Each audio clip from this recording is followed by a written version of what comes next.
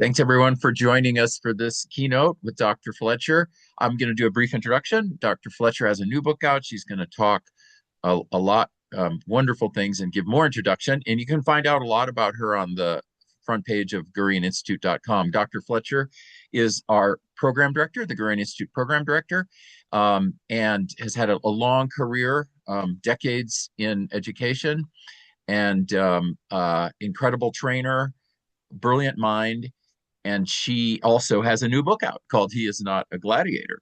So that's the name of her talk. So, and she likes to go by Fletch, so therefore I'm saying Fletch, welcome, and let's we all welcome you.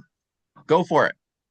All right, good morning, good people. So I'm going to ask you to do one of two things. One is to have something that you can write on or write with, and write with, or to be able to respond in the chat. And I'm going to ask Dr. Gurian to help me because, when you're sharing your screen, you can't always see the chat. It could get a little clunky, right? And so I'll ask him to share some of my responses because we're going to do a little bit of engagement this morning. I am coming from a teacher perspective, a school leader perspective, a district leader perspective. And so I'm really speaking to my educators who may be in the room, or those of you who are in the room right now who have boys who are in school, right? So if you are a boy mom or a boy dad, I want you to go ahead and put your title in the chat. I'm a boy mom, I'm a boy dad. If you are an educator, I want you to put that you're an educator in the chat. I would love to see that. And then if you're a school leader, go ahead and put that you're a school leader in the chat, so that we can see who we actually have in the space. And so the conference is entitled What Every Boy Needs as a Male, right? And I want to be thinking about how Dr. Farrell and John Gray really talked about men, right? So we're talking about those folks who are over 21. In my mind, I say over 23 and 24, right? Years of age. And so I really want to look at what could be done, right, in our school systems, right, or in our schools before they become adult men. Okay. And some of the things that they talked about that our boys or our sons are maybe facing, how we too may be considerate and understanding of them in the school setting, because our schools may not be, and I am of the agreement over the last 20 years that they have not been doing the best that we can do in our school settings as educators, right? And so I want you to be thinking about most of our school settings. When you think about teachers, right? When you think about teachers, who has that? What makes up the most percentage? Is it men or women as teachers? I want you to put that answer in the chat. When you think about the teachers in schools, are they mostly men or are they mostly women? Okay, so I'm seeing some of the answers.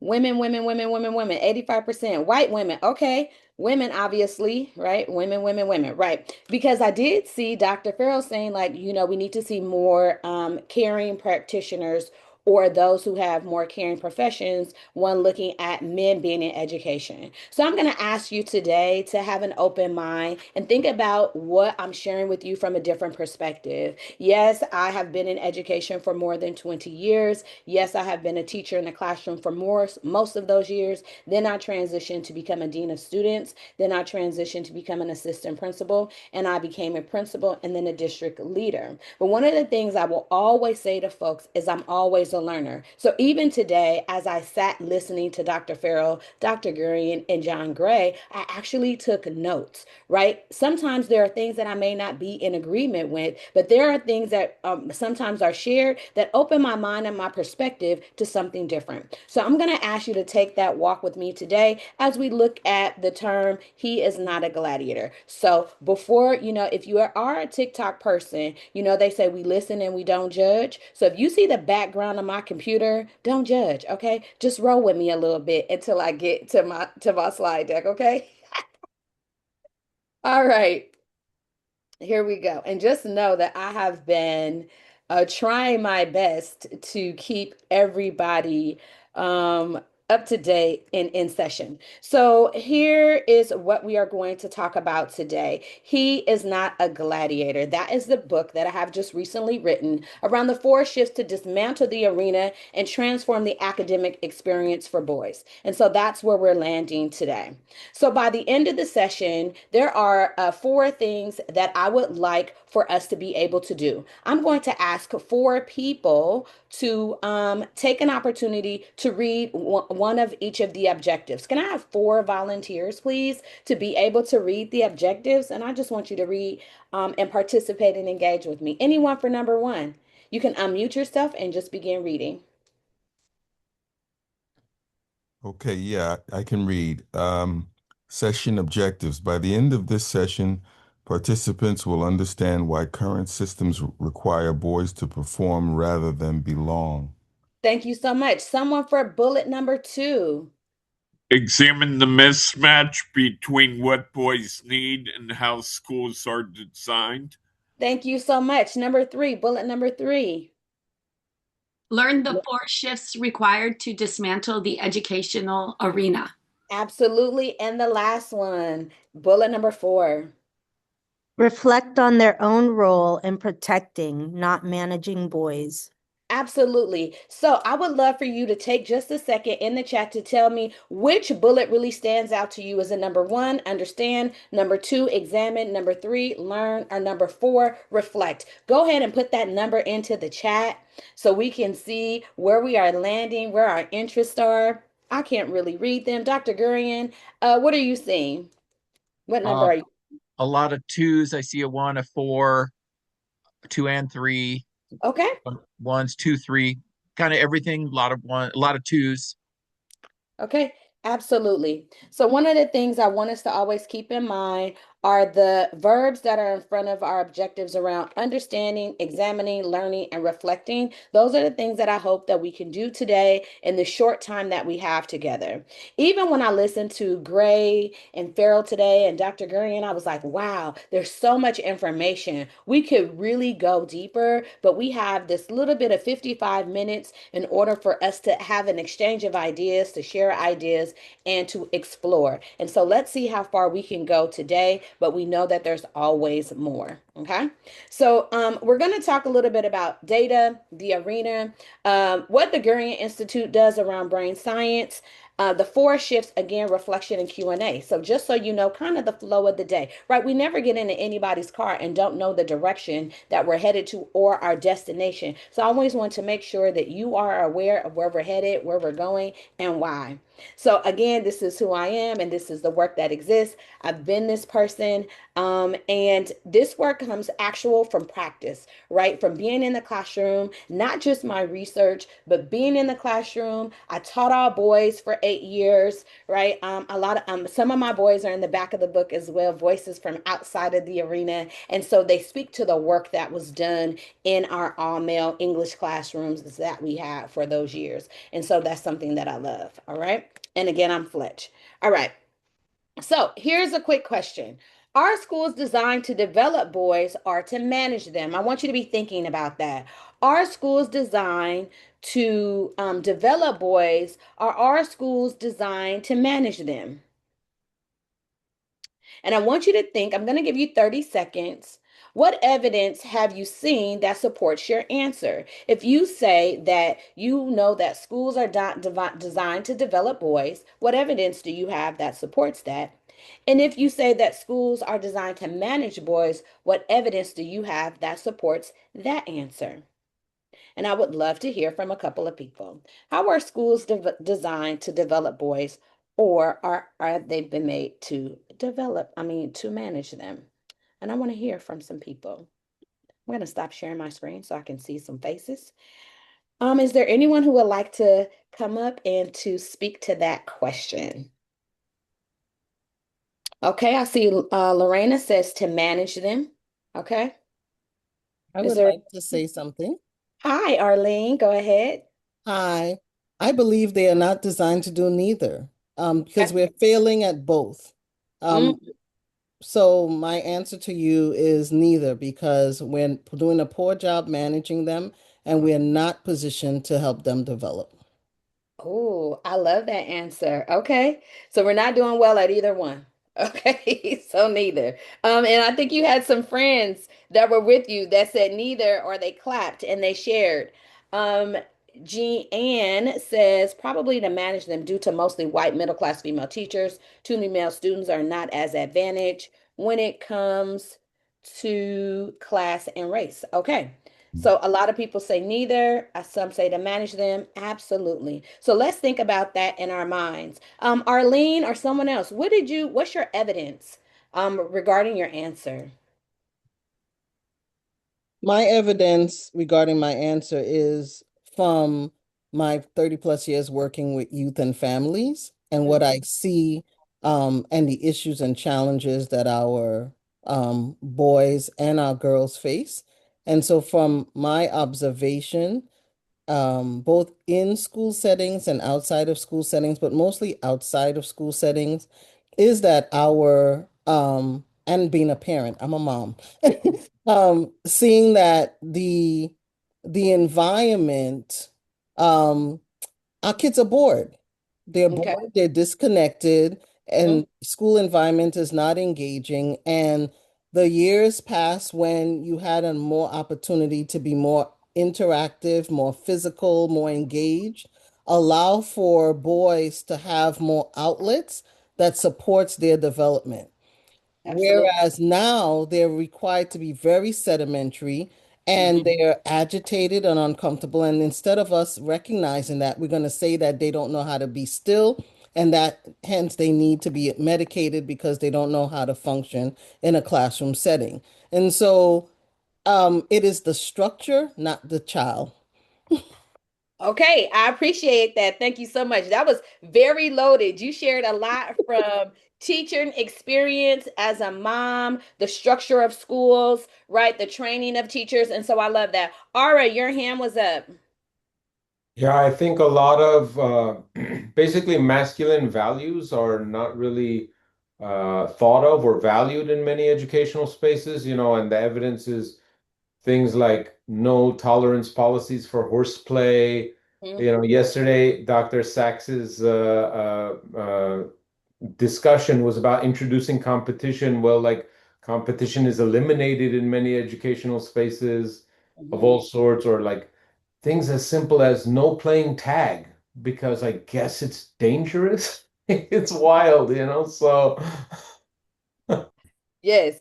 So we're looking at school systems that are designed mostly when we think about it, that have been geared towards our young ladies, right? And the evidence that I have for that is that we have the majority of women who are teaching, and we've been listening and understanding that we might think differently, right? That not there's not an all or all ways, right? But we have a lot of women teachers for years, and for more than 25 years, our boys have not been performing well in school, right? When we look at data, and you're going to hear from Sean Coleman, he's going to share a lot of data around California, right? And I just happen to live in California, so please don't believe I'm being biased, right? But I'm just going to give you a little bit of like what we know and understand about our data in general. We do know and understand that boys have been underperforming in literacy, that our boys are overrepresented in discipline.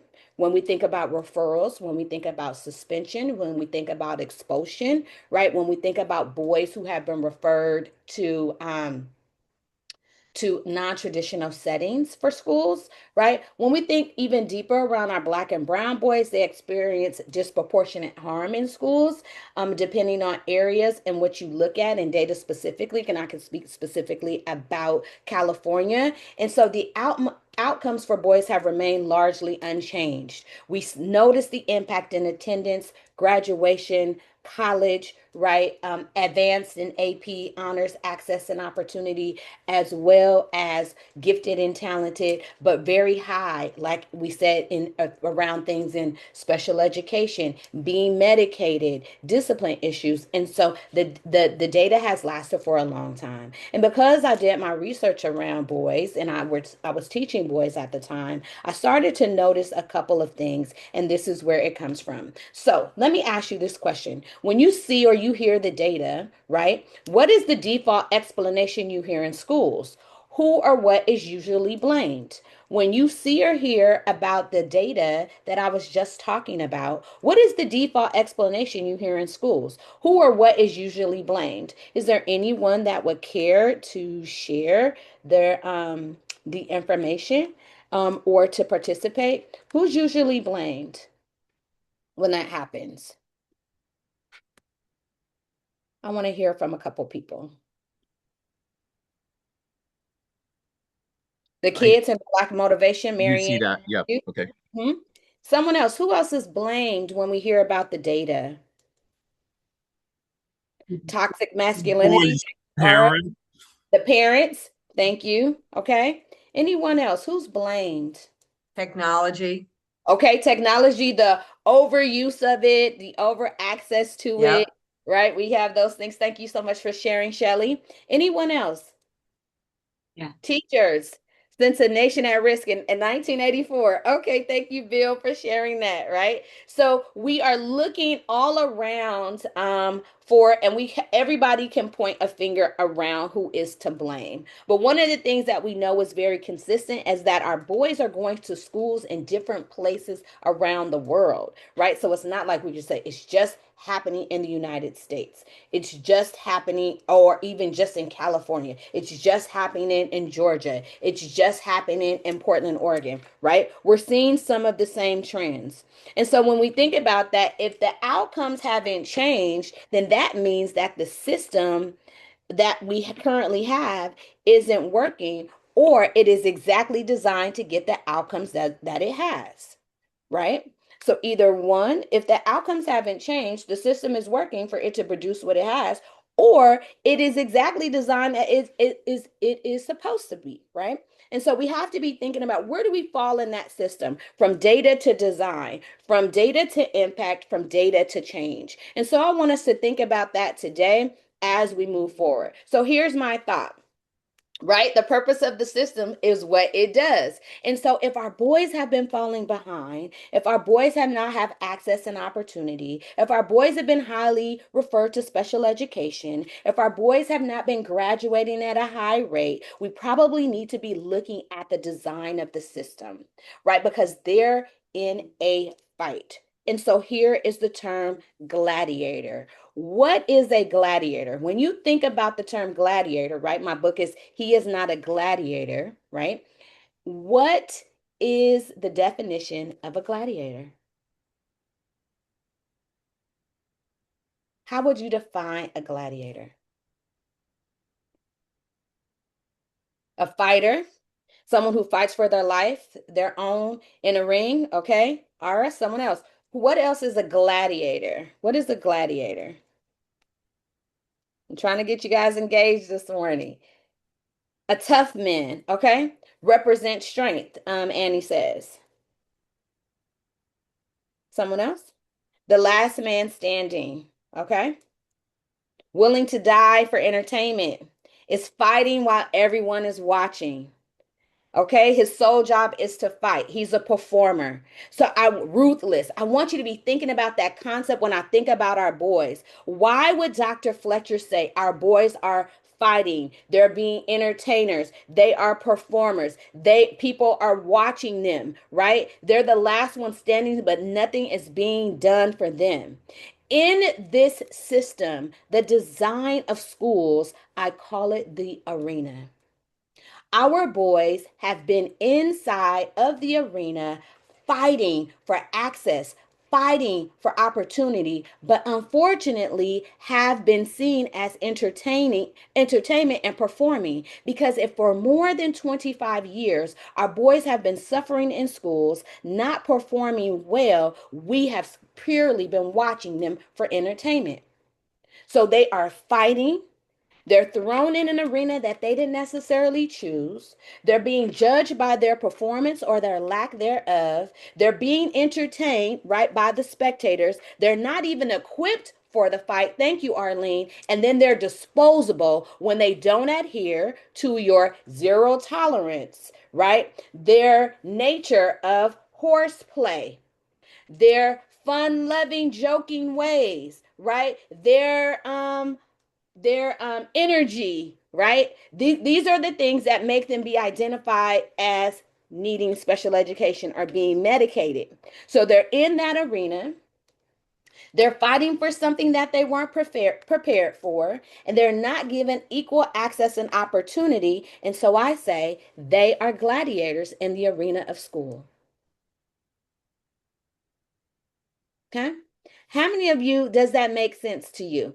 Do you agree? Do you say, like, oh, that kind of makes sense to me, and that's where that comes from? Okay, so that's why I say he's not a gladiator. He's not prepared for the fight. He hasn't been trained to endure it. His judgment, the things that have been applied to him, not fair. Okay, and then as long as he's doing well, and when we think about our kids who are our 1 in 5s, our boys who are doing well on the spelling bee, our boys who are very verbal and expressive, our boys who are able to kind of maintain their energy, right? Our boys who are on the football fields as they get older, or basketball, they're okay. But the minute they do something wrong, they don't have the support that they need, right? They're going to be referred back to the office. If I go to any school anywhere in the world, I can tell you where I can find a young man. Did anybody know where I can find him? I walk in any campus. I can tell you exactly where I can find a young man. Where do you think he is? Right, Ara, in the office. In the office or on the way to one. Okay? And on the way to the office, right? It's almost like the judicial system, right? People are seeing this young man. Typically, he's a repeat offender. He's being sent down by multiple teachers. He's been sent to the office multiple times, right? On the way down, he's going to encounter a teacher. What do you think the teacher's going to say? He's on the way to the office. What is the teacher going to say? You again? Go ahead, Shelly. I was just going to say it. Yeah, that's what I was going to say. What did you do? Right? All the negative feedback, little support. Remember what John Gray was saying. Remember what Warren Farrell was saying. And so we're saying that for men, but look at what's happening as they're young boys. So the highest number of suspensions in education between TK and third grade are boys. And so then you want to know why they don't like school by the time they get to high school. It makes a lot of sense to me. They already started putting on their armor, right? They already have started to have to do the fight, have to defend how they feel, defend their experience, defend a teacher talking negatively to them, defend why they made a certain decision, even though their brain is not fully developed. They can't even tell you why they did it. So when they tell you the truth of, I don't know, they get in trouble because they don't know. Because we don't always believe boys developmentally and where they are. We over adultify our young boys. We do it all the time because of height, because of weight, because of family, right? Right. They don't even have the tools, right, to do it. And who's watching them? Who's watching them fail? Teachers,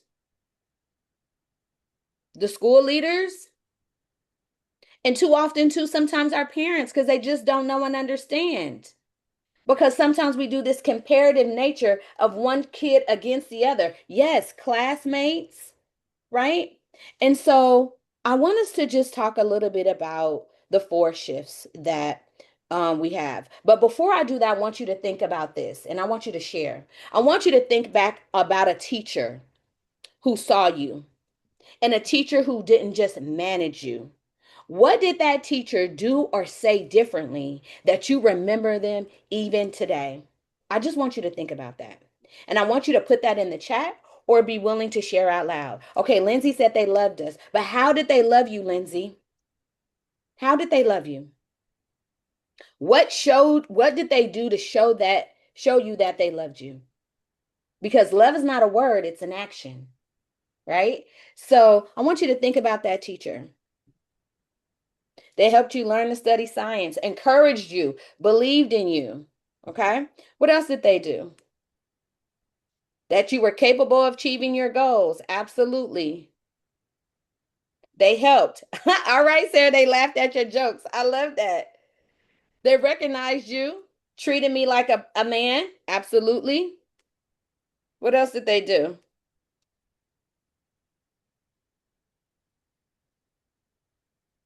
They saw you. Okay. They pointed you out. They saw how your intellect worked. So they met your need. Too often in our school settings right now, that's not happening for our young men. We go to teacher preparation programs, we look at the theory, and we just start to educate, and then we don't want to see difference. We're just like, this is how it goes. And if the boy fits in, he fits in. If he doesn't, oh well, refer him out, get him out, put him out. Don't keep him in my room. He's too much. Refer him to special education. But the truth is this, right? That understanding the boy brain, what the Gurian Institute really focuses on, is not just an opinion. It really can be a way in which we can have preference on how we educate our boys, right? Because we understand that stress, if he's in gladiator mode, right? If he's in defense mode, stress blocks learning. They don't even learn when they feel overwhelmed. When they are full of emotion or anger, right, it precedes cognition. They can't even understand. They can't even process the words. John Gray just talked about when people are upset, right? They're like, stop talking to him when he's upset. I wonder how many times teachers bend down and get in the face of boys when they're upset. They know he's visibly upset, and they're like, tell me right now, what happened? Talk to me. Right? We get in their face, but they're not even having the ability to process, right? We know that movement in classrooms is imperative because it regulates attention. It keeps you engaged. In the same way that I'm trying to keep you engaged now. Write in the chat, have some movement, stand up, move, right? Those things keeps our attention. But how often are we using it in our classrooms? Not just for the benefit of one student, but the benefit of multiple students.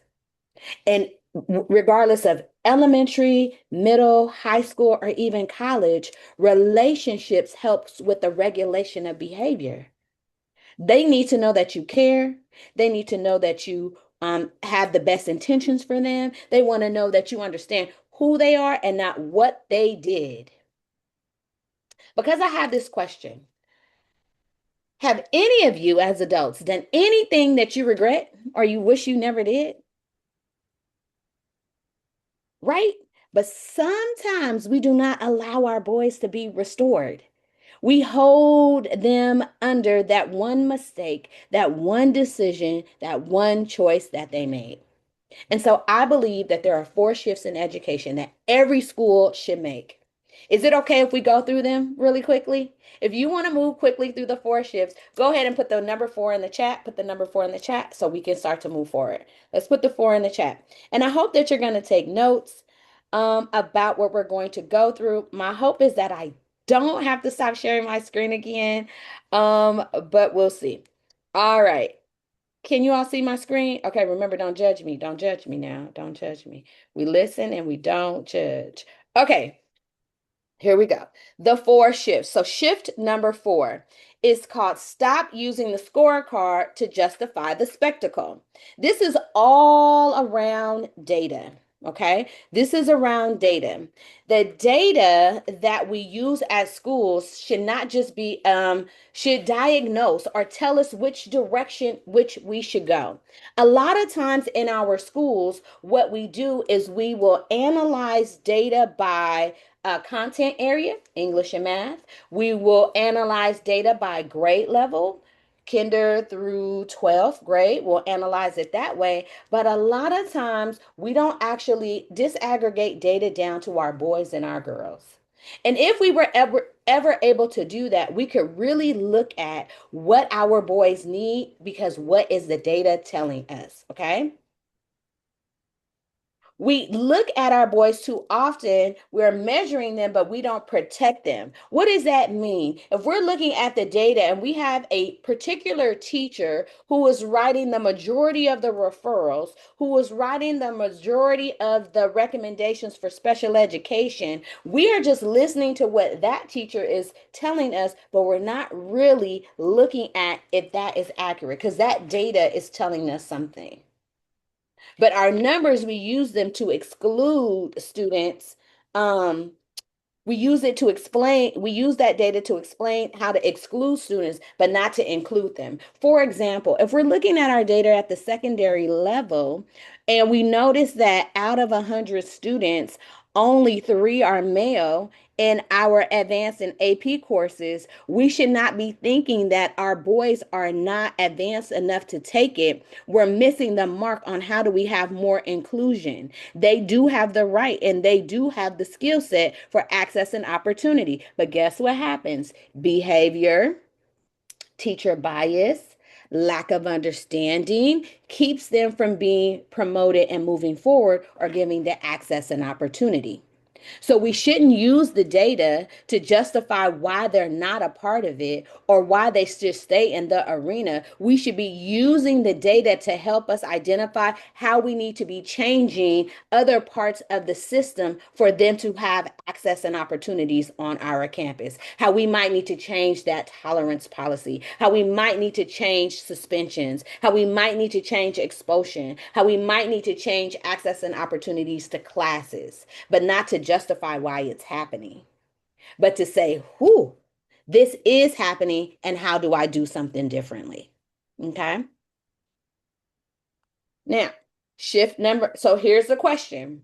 What data is being used as a justification instead of intervention at your school site, at your church, at your campus? Is there anyone that's willing to share? How is data being used to justify instead of intervene? Is there anyone that would like to share?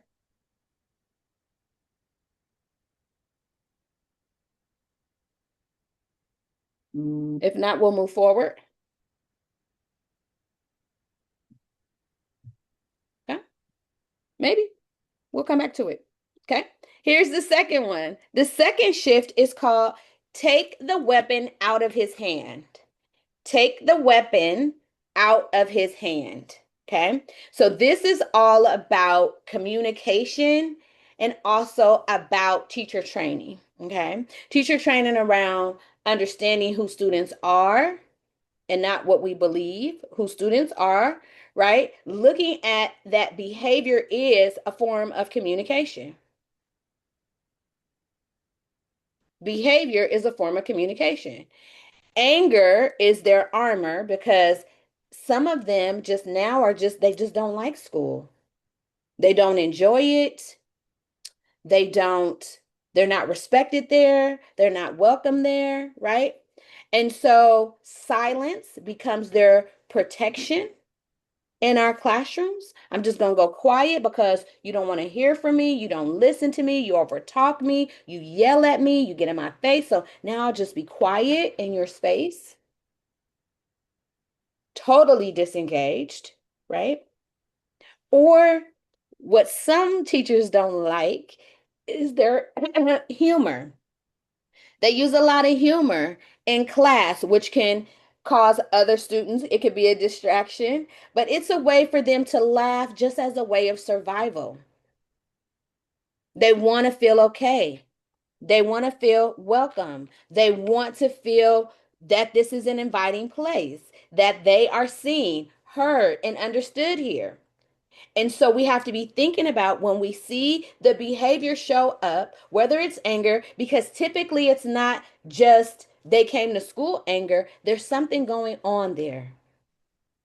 Why do they have their armor on? What is happening? And I don't want us to focus because sometimes at schools we have the tendency to focus on external factors that we can't control. But we are creating the arenas in our schools that that keeps students angry, particularly our boys, because of the ways in which we are conducting school and isolating them from school and not engaging them in the process. And so then they turn to silence to protect themselves, or they turn to humor in order to just make it a place in which they can survive the space. So here's another pause for you. What behaviors have we as teachers or educators, sometimes even parents, have we most likely misinterpreted? What behaviors have we most likely misinterpreted from our boys when we think about what we've heard today and how we're going through this process? And I'll hear from a few of you. I'm looking in the chat.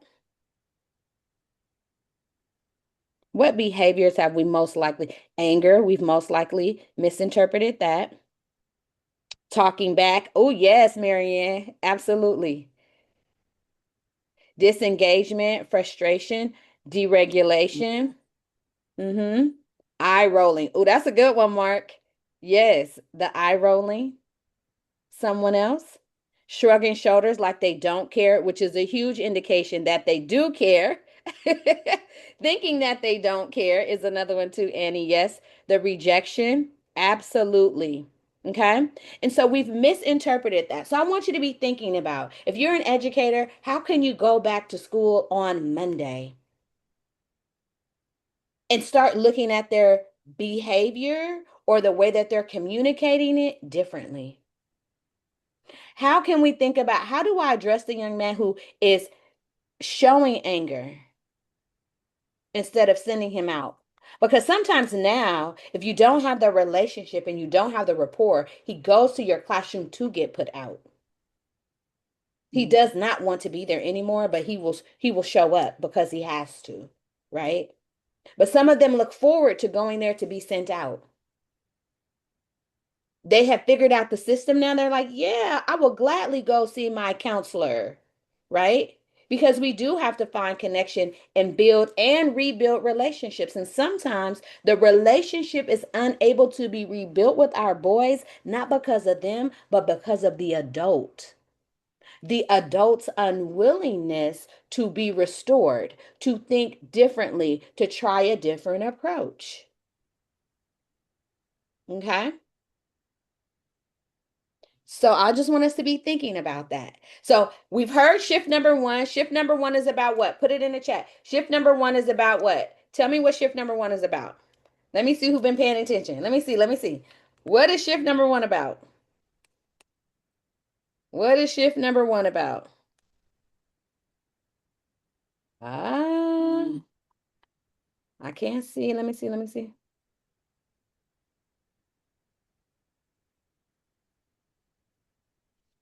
Okay. Christine, I absolutely understand that you are absolutely looking for solutions, right? We're not looking for problems. Absolutely not, right?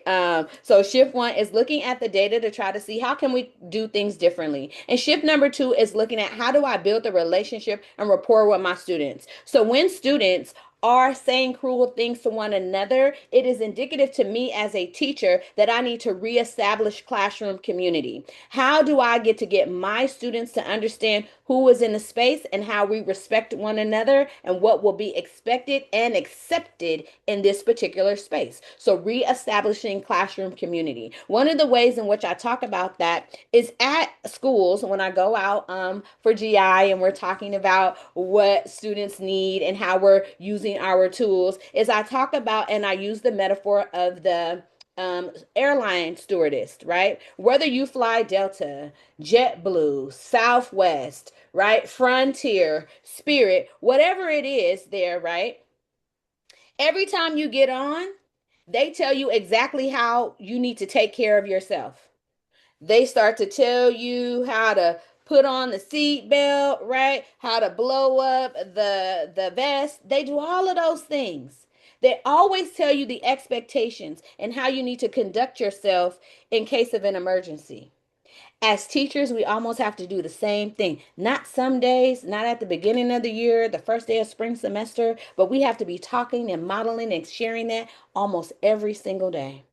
with our students. So if we have a classroom of cruel students, we are continuing to build classroom community year round. What that looks like for you, I don't know. I can't just tell you specifically in generic terms. That's what I'm saying is just like building classroom community. But I don't know specific what your classroom looks like because every classroom has to be done a little bit differently based on the current students that you serve, right?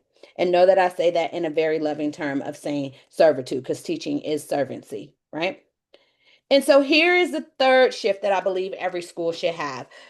Shift number three. Shift number three is building the sanctuary and not the arena. And when I think about the word sanctuary, it is really a sacred space.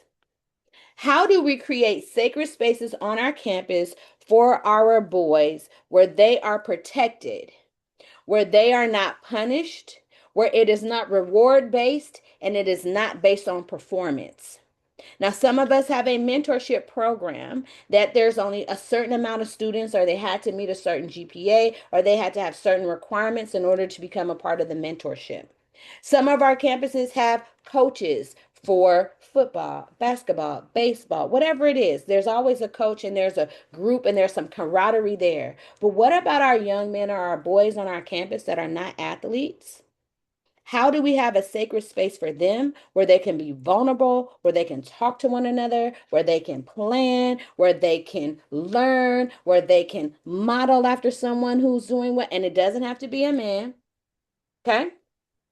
We have to create a safe space for them to just be, right? On a place that is not necessarily made for them or dominated by male spaces. I want you to look at the number of men versus women who are on your campus. And know that these four shifts are not things that can be done overnight. You would have to pick what is the one that's the most important for you on your campus today. I want you to think about ways in which your boys might be isolated, ways in which your boys not be seen, ways in which your boys may not be heard, and what would be the most impactful. Every school would be different. You wouldn't pick like we're going to do all four right now. No, we would have to pick and choose, right? We would have to pick and choose which one is best for us, right? And so again, these are just four things after I've done my work in my classroom and been on varied campuses, what I've seen over these last 20 years that really need to make a change. Like these four things that change. And one of the biggest things is the relationship. Two is the sacred space. And so I advocate for sacred spaces on every single campus for boys. And it's not a club, right? And it's not something that can be punished or taken away from them because just like recess is probably the worst thing you can take from a young boy in a K through sixth grade taking recess because the only person being punished is the teacher because now you're trying to work with him. Can you sit down? This and that. And that energy he still has is going to show up when he goes back to class. He needed to go out into the playground and run and play and jump and skip and hop and throw, right? And so we have to be looking at that, right? And so that's important. So shift number three is about how do we create that space where he's allowed to just kind of be and not have someone in his face, asking the questions, pushing, and prodding, where they just kind of need the time to process and just be themselves, whether it's elementary, middle, or high school. I love that. I started a 3-minute venting activity at the beginning of my class. Boys share whatever is bothering them or stressing them out. Yes, I love that, Loretta. Absolutely. And sometimes you hear some of the strangest things. You're just like, oh, okay. But it's important for us as women not to try to fix it. Just listen and kind of nod our heads like, amazing. Unless it's hurtful or harmful, right? We want to be thinking about making sure that we put them in the right place if we hear that they want to hurt or harm someone or something like that. But we definitely just want to be able to hear them. Okay. Um, let's look at shift number four. No, here's my question. Where could a sanctuary or a sacred place exist on your campus, your home, but it doesn't yet?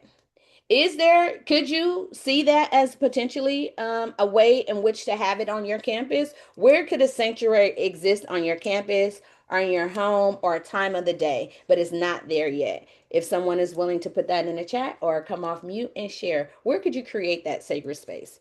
And then we're going to go into our last shift.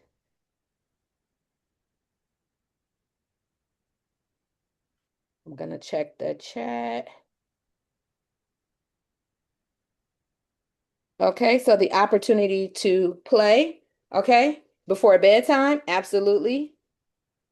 Yes, that means that a sacred space does not mean that only boys are there. I had a sacred space as a woman, and so it just happened that way. Yes, okay, barbershop talk, Mark, that's absolutely great.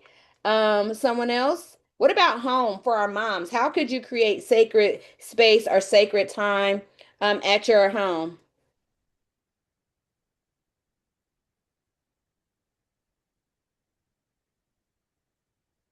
What there's something in the chat that my boys like to rough and tumble before bed. Would Yes, that I be love that. That's absolutely perfect, right?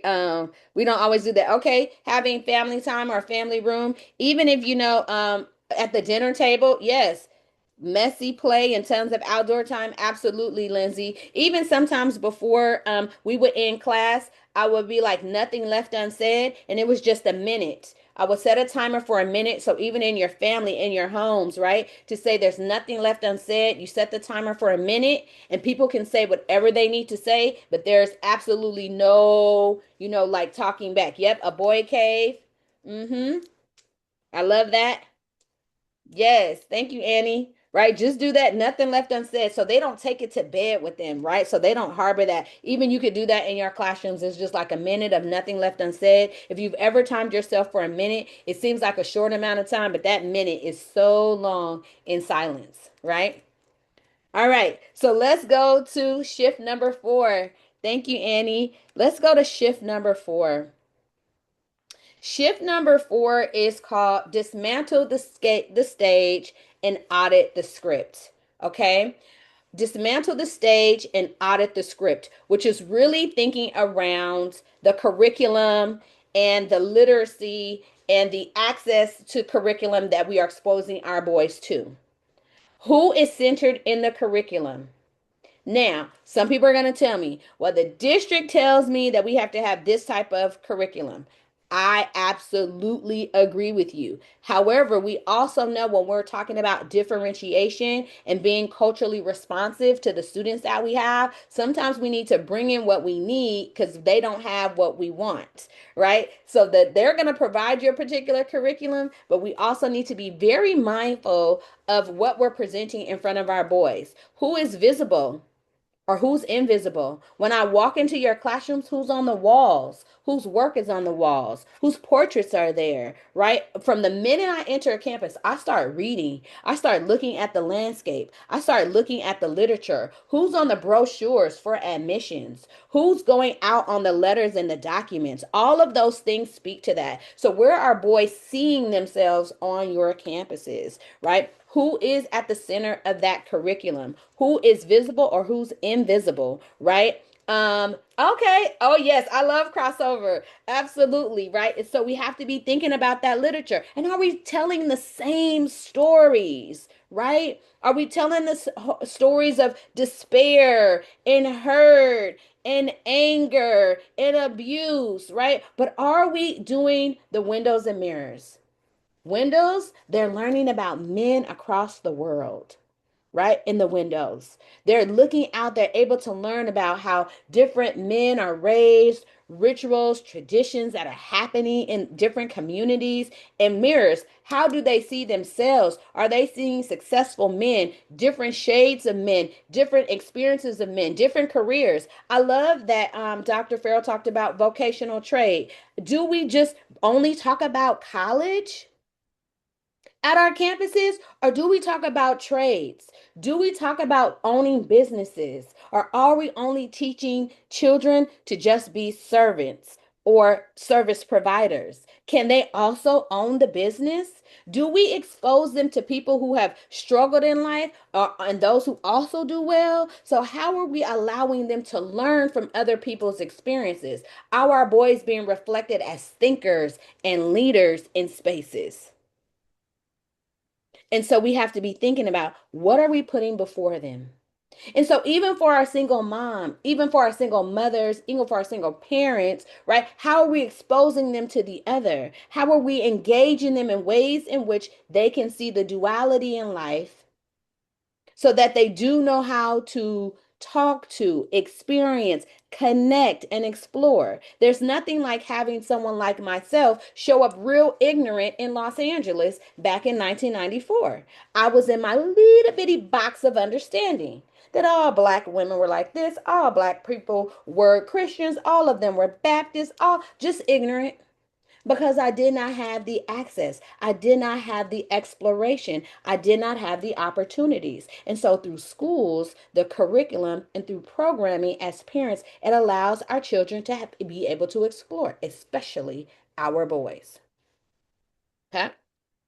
So, what's one story boys never see themselves in? What is one story when we think about the curriculum or what we expose them to? What's one story boys never see themselves in when we think about that? I want you to go ahead and put that in the chat. What's one story our boys never see themselves in?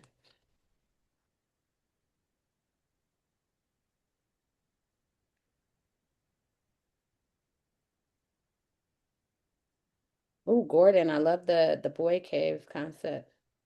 Yes. Perfect. Okay, let's see. Nurturing roles, absolutely. So if we could tell that story around John Lennon and his willingness to step away and just raise his children, no one probably ever even knows that story about him. Isn't that amazing? Right? I love that. Thank you, Lindsay, for sharing that. Anyone else? What other stories um that they're loving and caring? Thank you, Annie. I feel like I know you guys personally. You guys been sharing in the chat. Other people like, I don't know, I didn't come to share today. Um, I want to be told something. Okay. Anyone else?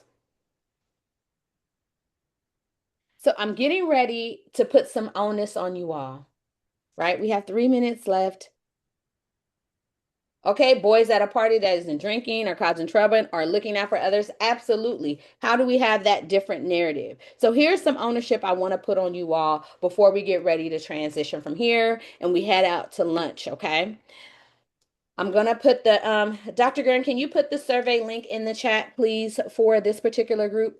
But I want you to be thinking, Oh, just one shift you can make immediately to protect boys rather than manage them. What is one way that you can shift? What is one shift you can make? I'm sorry, immediately to protect boys rather than manage them, whether at school or at home or in your church or in your organization? What is one of those ways? I am going to prepare us for Q&A. I am going to stop sharing my screen. Um, it, hey, Fletch, yes. it hasn't been sharing, but Oh, I know. I don't know how to get it, how to put the No survey link worries. in. I'll put it Okay. in there right now. All right. Is there Okay. anyone that has any questions as we transition? Is there anyone that has any okay, make sure to always approach them from a supportive lens. Absolutely. How might I support you? Right? When they're having a moment, don't run up in their face. Give them a minute to breathe. I'll be here when you're ready. Right? Okay, Jean, is it Jeanne or Jeannie? Jeannie. Yeah, Jeannie. Jeannie. Go ahead. Um, uh, I am very familiar with initiatives that are being created in various different states to support boys and men. For instance, Utah, Maryland, and then our own governor here in California. Mhm. And I followed. I'm in touch. I follow the American Institute for Boys and Men, Richard Reeves, and Mhm. I saw a presentation about our governor in Utah who he's created some type of initiative to support boys and men.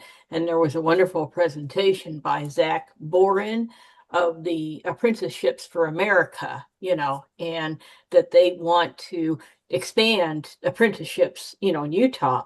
Question is, does the Gurian Institute have any ties or any work done with organizations that support apprenticeships like this organization?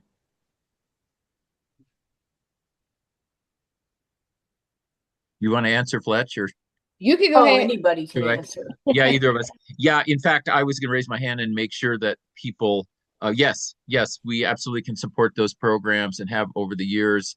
And I want to make sure that people know if you like this, what Fletch is doing, Fletch travels around the country, around the world doing this training. So contact us at info@gurianinstitute.com.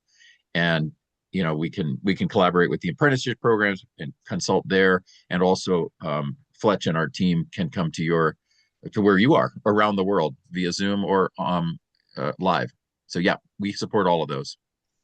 And for those of you I haven't had an opportunity to, thank you, Jeannie, for that question. Haven't had an opportunity to respond out loud to. I have kind of like did a thumbs up in the chat, so I really appreciate that. Shelly, you're going to be our last question before we conclude this particular session of He Is Not a Gladiator. Go ahead, Shelly. Thank you. This is a great presentation. I just wonder, in your view, where does the pedagogy fall in terms of the impact on boys? In other words, if they feel like they are not included in the classroom instruction, they're not part of the curriculum, or it's marginalized, or maybe, they get some hits during Black History Month, but in general, overall, on the day-to-day, they don't see themselves in the classroom instruction. Where do you see that in terms of, I guess I would say, ranking, where boys feel marginalized or, not part of the community? Where do I see? Well, I know it's obviously an issue, right? And so there's two ways to look at it from the lens. Either one is as a teacher is going to wait for the school leader to say, hey, I've noticed this in the data and I think we need to do something differently. Or two, a teacher is going to see it in her own when she takes the opportunity at the end of the quarter, end of the semester to look at her data to say, man, my boys are not performing as well as such and such, or man, they got more F's than the rest of my grading is not really reflective of the demographic, etc. And then they're going to either one, try to research and find, just like I found the Gurian Institute, right? Or they're going to try to find ways in which to one, talk to their students to say, hey, what is it you need from me in order to be successful? The downfall is when a teacher doesn't take that particular move or that particular interest to find out more from that student or that population they're serving and say, what can I do differently, right? Too often, sometimes I think the data is like, well, they just failed and too bad for them. It's more like, how can I make a change or a shift or a difference in their learning experience? And so that's the two ways to look at it. Either they're going to wait for the leader or the teacher's going to kind of take that initiative because we already kind of know based on the outcomes what's happening. Thank you. You're welcome. So at this particular time, everybody, let me stop recording.